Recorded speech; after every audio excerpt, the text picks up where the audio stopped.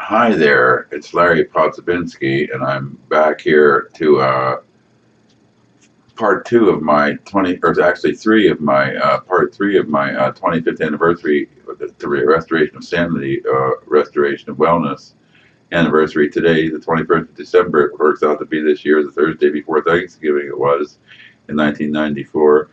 So, I made the part one or two video, part one today video of earlier this morning, and then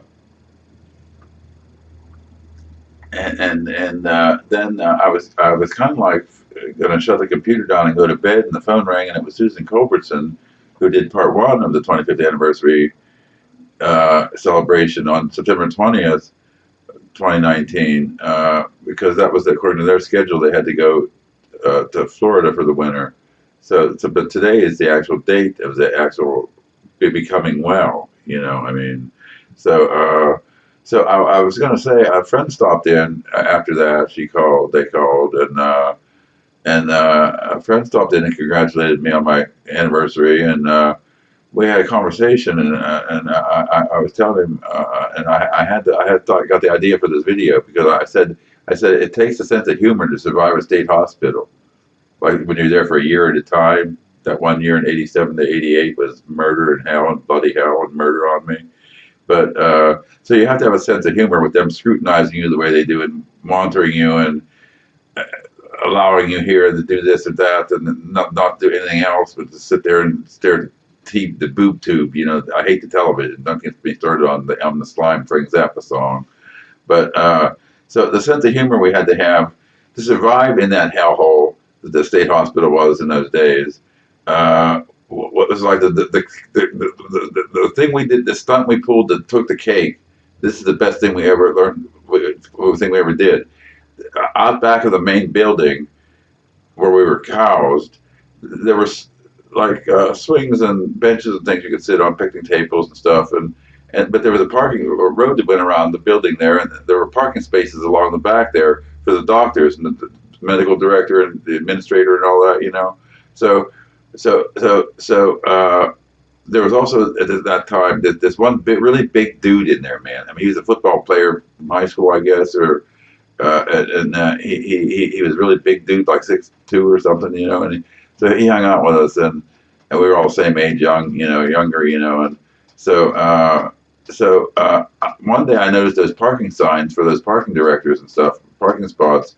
One was loose in the mud, so I said, "Hey, so and so, come here. See if you can pull the sign out of the ground." And he pulled it right up out of the ground, and it was Dr. Hatwalker, my nemesis, my most biggest opponent in the state hospital, because it was his signature that kept me on the paperwork that kept me in there. So it was his name was Hatwalkar.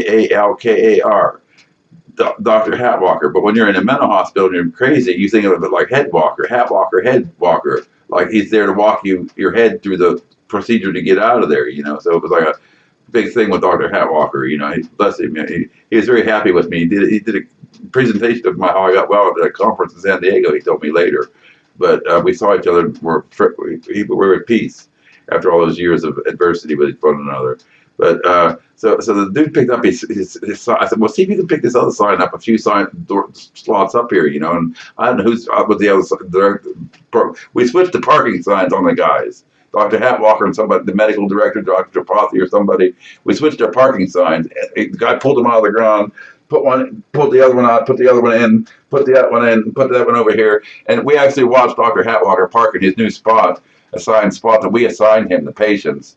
For like 3 or 4 full days anyway, before they caught on that we had moved the signs, and they wondered who did it, but they never found out. So that was the stunt, the humorous thing we all laughed about. Of course, it was hilarious. Dr. Hatwalker actually parking in his new spot. You can picture it. If you can picture it, it was hilarious. So that was one. That's the stunt that took the cake. Next to that, what did we have? Well, the stunt that would have gone sour real quick and backfired on me would have been taking a key or some metal object to the forensic directors who worked with the jail and the court system in the hospital, between him and the hospital, and he was a real prick. So he had a Corvette, late model Corvette at the time, and I wanted to key it so bad, man, and write things on it, and just scratch the hell out of it. But that would have backfired on me because that wouldn't have been funny to key somebody's Corvette. So people say, no, you don't do that. I mean, you don't mess with some things, I mean. So I didn't do that, fortunately. But that thought occurred to me. But that wasn't really funny. We were out to do funny things, entertain ourselves, something to look forward to get through the day in a drudgery place like that. So anyway, the next thing that comes to mind is this particular state hospital. We had like long hallways that were steam powered by a steam plant with the radiator heat in the winter, where you could walk down there and go for yard, just in big loops around the whole field of the place. And there were barracks built off to them where there were activities that went on, or you were housed or whatever in some of the cases. But so on the one main hallway down to where the commissary was, where the food was, and all the things you could do were, there was a one door halfway down there that was off to the left, and it was supposed to be the doctor's lounge door.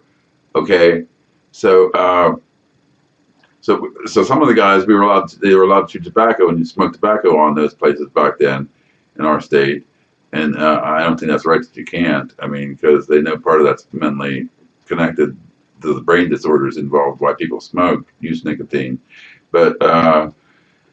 So the doctor's doorknob became a place for the guys who chewed tobacco to spit their tobacco juice. Now, how do you think that went down? We all laughed about that, watching for the doctors to go in, knowing the doctors would go in there and get all that tobacco juice and have to wipe it off or whatever they have to do to get in there, So that was another hilarity little thing we got into. And then next to that was, in the conversation I first told this, there was something else I was thinking of, but so then from there, where do we go? Was there something else we did funny on grounds? I mean, when we were had liberty to have grounds privileges and walk the campus, as they called it. So then the other thing that when they like to when you run your mouth and talk delusional shit to them and accuse the workers who have the keys to lock you up or down or in or out or whatever. I mean, they just talk the keys up and down for a while. You tell them this crazy stuff that they're an alien and they got a secret agent with a UFO technology suit on inside them to spy on me and subvert and censor me and all that when I'm delusional like that, So that's all in my book, In the Grip of Paranoid Schizophrenia, 3rd edition.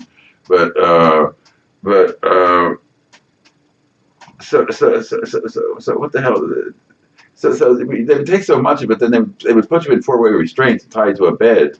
They didn't use chains; they used other restraints. But so they'd put you in 4-way restraints, and they might inject you with medication too. I mean, they put you to sleep for the night. But anyways, so one way maybe they didn't put you to sleep, and you were just tied there and had to deal with it. In a quiet room, they called it. I mean, but. A strap-down room, and there's got to be a better way to deal with that because they don't monitor people in those places either to see if you're choking or what might not be going on. They don't. It's not right. It wasn't at the time anyway. I don't know how it is now, so one way I learned to get out of restraints real quick was just while you're tied down on the top of the bed in 4-way restraints. Sometimes they put one hand down and one hand up.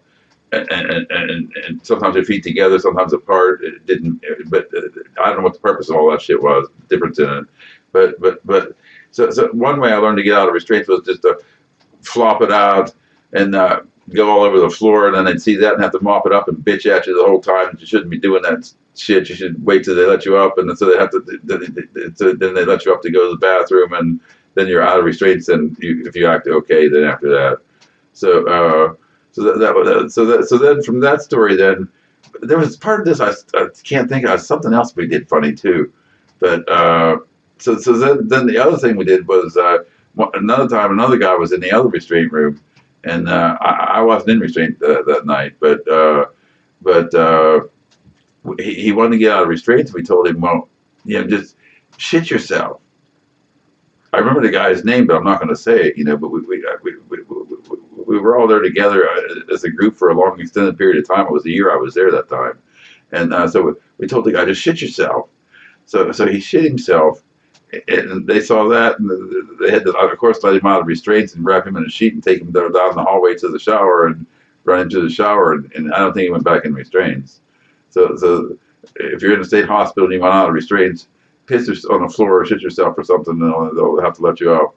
Or make sure it goes all over the floor and they piss them off good, so they'll let you up and just, they know you've had enough of it at that point. I think maybe the subconscious or psychological messages transmitted in that modality, in that instance or case of doing that activity at that time. So these are stories from the mental bin.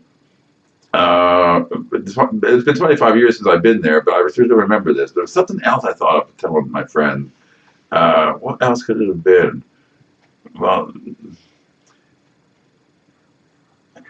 we were in the right to act out or up, whatever they want to call that. I mean, because I know what I was going to say. There was one more thing. So I used to hate the place too, because I was there for a year, right? So I used to hate the fucking place, and they used to make us work on the wards, and they said, you're not getting out unless you did the work, like mopping and all that shit, the toilets and all that, I finally told them, fuck yourself, man. I ain't doing all that shit. You're not paying me for this.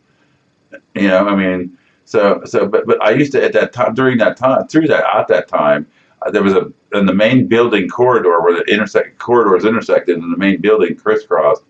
On that corner there was a bathrooms, and they had big thick oak doors, but you couldn't break them, and they could all be locked, I believe. But so I used to go in that bathroom every time I had to take a big dump, and I would deliberately miss the toilet and go all over the floor. That was funny. And the other guys knew about it. They thought it was funny too. We all laughed about it. I don't know how many guys picked up that habit too, but it proliferated that year. I initiated that as an activity for humorful activity in a state mental hospital to entertain yourself, because it's just the blaring of boob tube TV and channels you don't want to hear, and you can't control nothing, and it's just noise, and it's crazy. You got to be crazy to get in the place, but you got to be crazy or not crazy, or I don't know what the hell. You got to be crazy to survive. You got to have a sense of humor to survive in there. You're not going to survive in there. They crunch you down and just control you, and with chemicals even in your brain and everything. I mean, you go through changes that aren't necessary, and they decide later, well, that one didn't work, so we'll try another one. It'll take another 6 or 8 weeks in there, so to get adjusted to it. So you have to have a sense of humor to survive in those damn places. And that's what we did. How's this video turned out? How long is it? I'm done now. Have a nice day. It's 25th anniversary. This is the day. So, peace to you and your world.